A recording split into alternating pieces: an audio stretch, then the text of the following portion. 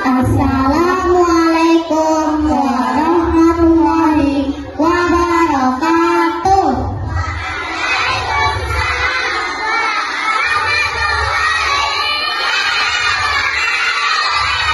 Materi hari ini yaitu Ibu Herlin Agustini yang sudah menyempatkan waktunya untuk bisa hadir di acara Learning Room Maestro di SD Alam Excellentia Pamekasan untuk SD 1 dan 4.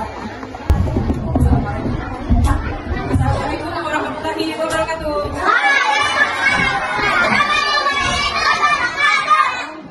Apakah kakak sudah siap?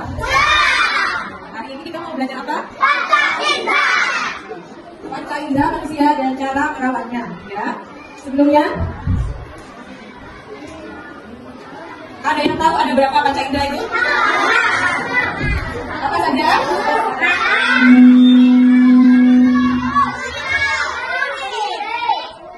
Yang pertama apa? Yang kedua? Yang ketiga? Yang keempat? Yang terakhir?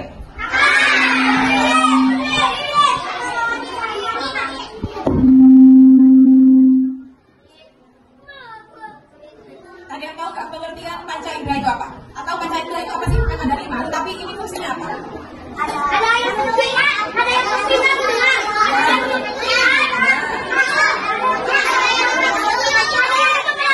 Ya, benar. Panca indera itu, halo, apa kakak? Panca indera itu adalah alat-alat tubuh atau anggota dari tubuh kita yang kita gunakan untuk bisa beradaptasi dengan lingkungan, bisa berinteraksi dengan lingkungan luar. Seperti melihat, mendengar, mencium, meraba, merasakan makanan, menghirup udara, dan sebagainya ya. Kita bahas indera penglihatan dulu atau mata. Fungsi utama mata adalah untuk melihat, tapi dibahas di dalam maka fungsi mata itu banyak. Salah satunya yaitu memusatkan perhatian pada satu objek, menyesuaikan cahaya yang masuk, dan dapat digunakan sebagai media komunikasi. Mata itu terdiri dari 2 bagian, yaitu bagian luar dan bagian dalam. Mata bagian luar itu terdiri dari alis mata, bulu mata, kelopak mata, dan penjarain mata. Sedangkan mata bagian dalam itu adalah bola mata yang ada di dalam ini. Semua kakak punya bola mata? Yang kedua, indera pencium atau hidung. Indera pencium atau hidung ini terletak di antara indera penglihatan atau mata. Indera yang satu ini sangat penting terutama untuk mencium aroma. Fungsi penciuman yaitu alat pernapasan, mencium bau, dan menyaring udara. Ada yang tahu nggak gimana kenapa fungsi salah satu fungsinya untuk menyaring udara? Ada yang tahu? Untuk menyaring udara, jika kita berada di kondisi lingkungan yang tidak bersih, udaranya kotor atau berdebu, di rongga hidung kita itu memiliki bulu-bulu halus yang menyaring udara supaya udara yang masuk ke dalam paru-paru itu menjadi lebih bersih. Nah, ini proses kita menghirup bau ya. Pertama, dari aroma makanan, parfum atau aroma yang lain kita hirup, tapi melewati partikel udara yang ditangkap oleh saraf syaraf. Saraf syaraf ini kemudian melanjutkannya dan mengirim sinyalnya menuju otak. Karena itu dan otak respon kita untuk menerima bahwa kita oh ini baunya ayam goreng nih, oh ini baunya parfum, baunya bunga, seperti itu ya. Selanjutnya indera mendengar atau telinga. Telinga mempunyai kemampuan khusus untuk mengetahui berbagai macam getaran bunyi sekaligus sebagai penjaga keseimbangan. Kenapa disebut untuk menjaga keseimbangan? Karena telinga itu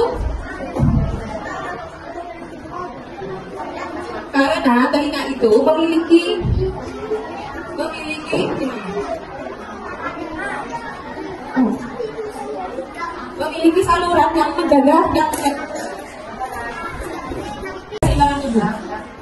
Proses pendengaran itu kita mendengar sumber suara, ada yang bersuara, ada bunyi musik atau teman berbicara, kita menangkapnya melalui daun telinga, kemudian masuk ke telinga, saluran telinga, dan kemudian diproses di rumah situ, kemudian dilanjutkan ke otak untuk diproses supaya kita tahu apa yang disampaikan oleh teman kita atau dari suara yang kita tangkap. Selanjutnya indera mengecap atau lidah. Lidah adalah organ manusia yang letaknya ada di dalam mulut, atau lebih tepatnya berada di bagian mulut. Lidah termasuk organ tubuh yang tidak memiliki tulang dan hanya terdiri dari tulang otot. Fungsi lidah sebagai perasa, membolak-balikan makanan, membentuk huruf.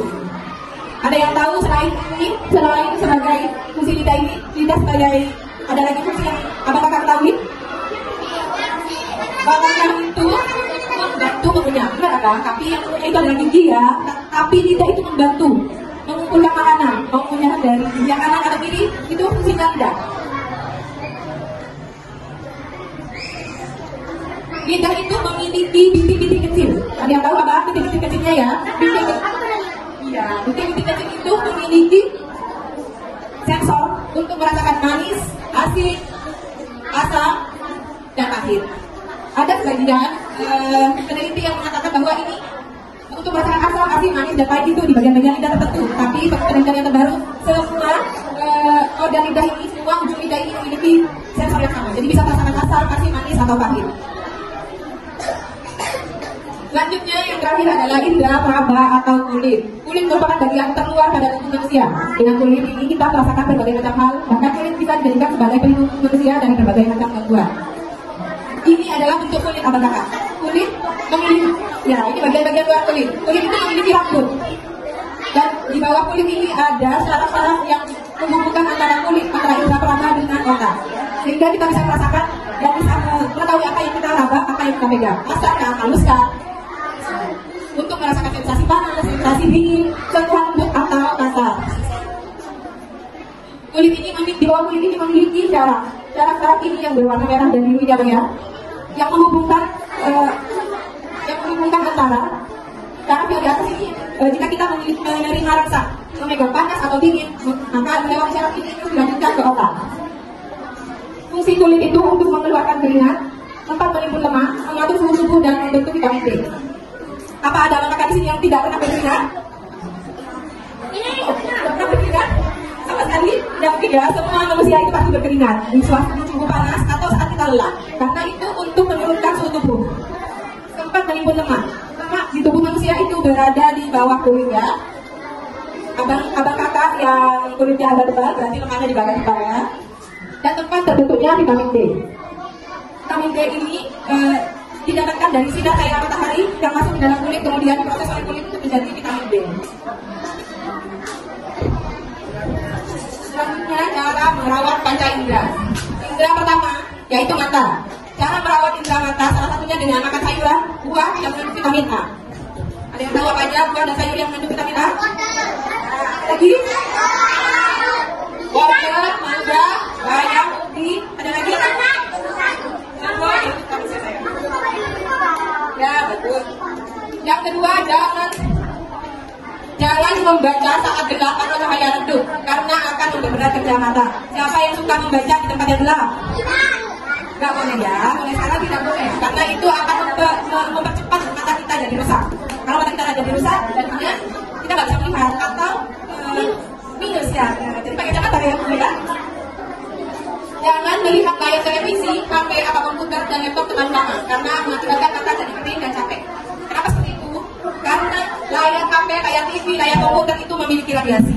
Yang kalau kita lihat itu mata kita jadi kering. Kalau kering matanya jadi cepat rusak, cepat minus seperti apa? Dari kelas kenapa kalau lidah kegigit kok sakit? Kenapa lidah kalau kegigit sakit? Karena di seluruh permukaan lidah ini ada syarafnya, Abang. Syarafnya itu kalau kegigit itu tertekan, itu mengirimkan sinyal sakit ke otak. Makanya kenapa sakit? Sama dengan indera peraba atau kulit kita ya. Kalau kita dicubit, kena jarum, kena pisau itu sakit. Karena ada syarafnya yang mengirimkan sinyal ke otak yang membuat kita merasakan sakit. Itu ya Bang ya. Oke, terima kasih. Ketika menangis air mata keluar dari mana? Langsung dijawab ya kakak ya. Ketika menangis keluar air mata itu keluarnya dari mana? Keluarnya dari sini. Ini adalah tempat kelenjar air mata. Juga dari sini. Dari Dari sini kakak ya, dari kelenjar ada lubang kecil di ujung mata ini yang mengeluarkan air mata saat kita menangis. Juga ada rembesan-rembesan dari kelenjar air mata. Kelenjar air mata di kelopak mata ya, kelopak mata bagian atas. Sedangkan di bagian bawah ini dari sini. Makanya keluar air mata. Kenapa kalau nangis kok keluar air mata? Gimana prosesnya? Waktu nangis terjadi peningkatan tekanan pada mata. Waktu kita stres, sedih, itu tekanan bola mata ini meningkat, akhirnya merangsang kelenjar air mata untuk mengeluarkan air mata supaya menurunkan tekanan bola matanya ya. Keluarnya dari sini dan dari kelopak mata bagian atas. Nanti kalau kakak pulang, kakak ngaca, coba dibuka kelopak mata bagian bawah, ada lubang kecil di ujung mata. Itu keluar dari situ sayang. Air mata itu keluar dari situ. Assalamualaikum warahmatullahi wabarakatuh. Perkenalkan, nama saya Muhammad Muslimina. Saya akan bertanya, kenapa pupil bisa mengecil dan membesar? Pupil itu adalah bagian hitam dari bola mata. Pupil ini seperti lensa di kamera, di HP atau semacam kamera lah ya. Jadi pupil ini bang fungsinya untuk menangkap cahaya. Kenapa kita nggak boleh membaca di lingkungan yang redup? Karena saat kita membaca di lingkungan yang redup, pupil ini akan membesar. Dia akan membesar untuk mengumpulkan cahaya masuk ke dalam mata supaya kita bisa membaca atau melihat apa yang kita pegang. Ya. Karena itu pupil itu membesar untuk mengumpulkan cahaya. Saat kita berada di lingkungan yang terang seperti ini, pupil akan mengecil. Karena cahaya itu cukup terang untuk ditangkap mata supaya kita bisa melihat. Nah, jadi fungsi pupil ini adalah kenapa pupil ini bisa melebar dan mengecil? Tergantung kita sedang berada di mana. Tergantung lingkungan kita. Kalau kita berada di lingkungan gelap, untuk bisa melihat pupil ini akan membesar. Saat berada di lingkungan yang terang, pupil akan mengecil kembali ke ukuran normalnya. Ada satu lagi bang, jadi pupil ini bisa menutup seperti titik, hanya ada satu titik saat seseorang koma atau meninggal. Itu salah satu tanda utama ya, paham ya bang ya? Oke. Nama saya Katis Pelina. Kenapa kalau bawahnya itu ada kotoran mata? Kotoran mata itu tidak selalu ya kak ya. Kan setiap pagi ada kan. Kadang-kala tidak ada kotoran mata saat kita tidur. Kotoran mata itu adalah kumpulan dari kotoran-kotoran yang masuk ke dalam mata saat kita tidur. Dia dibawa oleh air mata menuju pangkal mata di sebelah sini. Makanya kenapa bertumpuk di sini atau di ujung sini? Karena itu dibawa ke pinggir supaya tidak merusak mata. Kotoran yang saat kita membuka mata seperti ini kan terpapar udara ya, kena udara atau kena kipas yang membawa partikel debu ke dalam mata. Karena partikel debunya terlalu kecil, jadi kita tidak terlalu merasa sakit. Kecuali yang agak besar, dan kita merasa sakit ya. Makanya kenapa kalau pagi kita artinya ada kotoran di ujung-ujung mata. Itu adalah kumpulan dari kotoran-kotoran yang masuk ke mata saat seharian kita beraktivitas. Seperti itu ya. Cukup kakak? Cukup paham? Oke. Saya sampai di dari pertanyaan, kenapa kalau nggak berkedip mengeluarkan air mata?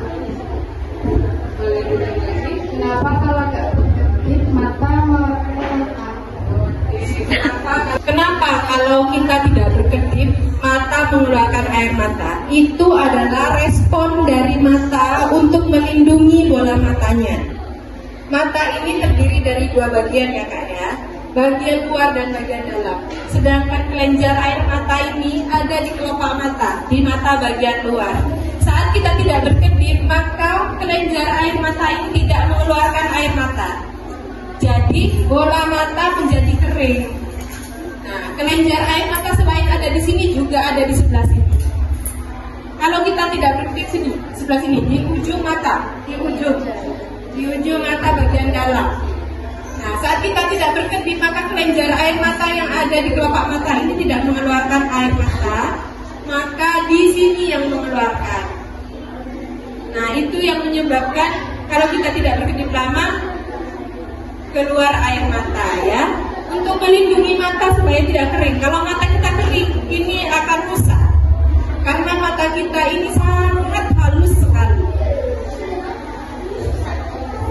Oke kakak? Sudah dipahami? Saya itu dari kelas 5. Gimana itu cara belajar bicara? Acaranya tepat. Jauh sekali imajinasinya ya. Telinga itu kan fungsinya untuk mendengarkan bunyi, fungsi utamanya. Kalau kita, pertanyaan abang tadi kan bagaimana cara orang tuli belajar bicara, ya berkomunikasi ya. Orang tuli itu telinga bagian dalamnya itu tidak berfungsi. Itu biasanya beberapa orang itu ada yang memang sejak lahir atau kelainan sejak lahir. Yang kedua ada juga yang dari penyakit. Karena kita tidak merawat telinga dengan baik, sering mendengarkan suara yang terlalu keras, akhirnya telinga bagian dalamnya ini rusak. Kalau sudah rusaknya karena sudah bisa bicara, sudah besar, ya, itu bisa banget. Tapi mereka menggunakan alat untuk memperkeras suara supaya bisa terdengar. Kalau sejak lahir itu nggak bisa, karena yang terlihat hanya gerakan mulut. Sedangkan mulut itu kan dalam berbicara itu kan mengeluarkan suara, ini tidak bisa menerima. Saat tidak bisa menerima, kita tidak mengerti, jadi tidak bisa. Orang yang tunarungu, itu namanya tunarungu ya, tidak bisa mendengar, itu tidak bisa berbicara juga. Kenapa? Karena dia tidak tahu apa yang orang tidak bisa menerima, apa suara dari luar. Jadi walaupun sebenarnya tunarungu itu punya pita suara untuk bersuara, tapi dia tidak pernah mendengar. Makanya kenapa kalau bicara hanya gitu aja ya. Jadi kalau orang dengan tunarungu itu cara bicaranya dengan gerakan badan atau gestur tubuh atau gerakan tangan. Ada pelajarannya tersendiri untuk orang-orang dengan tunarungu ya. Untuk belajar bicara, berkomunikasi dengan orang lain itu dengan gerakan tangan atau gerakan wajah. Seperti itu abang. Sudah paham bang? Ada yang mau ditanyakan lagi? Ada yang mau bertanya?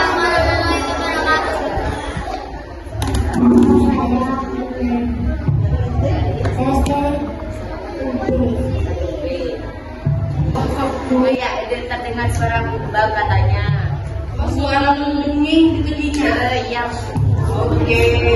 Kenapa ada suara mendenging di telinga ya Bang ya? Ini telinga. Jadi saat tidak ada suara, sepi atau kita berada di keramaian, kemudian tiba-tiba suara telinga mendengar suara mendenging, itu adalah refleks atau adaptasi dari organ telinga ini karena mengalami gangguan dari luar. Misalkan kita sedang berada di ruangan yang kedap udara, itu biasanya akan mendenging kan? Karena di rongga telinga ini, abang, di dalam telinga ini ada tekanan udaranya. Kalau kita berada di ruangan yang hampa udara, ini akan mendenging. Yang kedua, bisa jadi karena ada sesuatu di dalam telinga. Misalkan kotoran telinga. Di sini banyak sekali kotoran telinganya. Kemudian di sini kan ada udara masuk ke dalam telinga. Saat udara masuk ke dalam telinga, sedangkan di sini banyak sumbatan-sumbatannya, itu akan menimbulkan suara seperti mendung. Ada lagi bang, satu lagi, itu dari dalam tubuh. Kalau kita sakit, ada penyakit-penyakit tertentu yang membuat telinga itu berdenging. Misalnya salah satunya itu apa? Koma. Bukan saya. Koma itu orang dalam keadaan hidup tetapi tidak bisa bergerak, tidak bisa bicara, tidak bisa merasakan apapun, ya. Itu namanya koma. Jadi telinga ini kemasukan kotoran yang terlalu banyak atau air atau bisa juga flu atau pilek terlalu lama. Jadi telinga ini menimbulkan telinga ini ada cairannya. Jadinya saat cairan itu dalam posisi tertentu, dia akan menimbulkan suara gitu. Jadi banyak faktornya ya bang ya. Salah satunya itu yang paling umum, pertama kita ada di dalam ruangan tanpa udara. Yang kedua karena memang banyak kotoran di telinga. Yang ketiga itu juga karena kita memiliki penyakit tertentu. Seperti itu bang ya.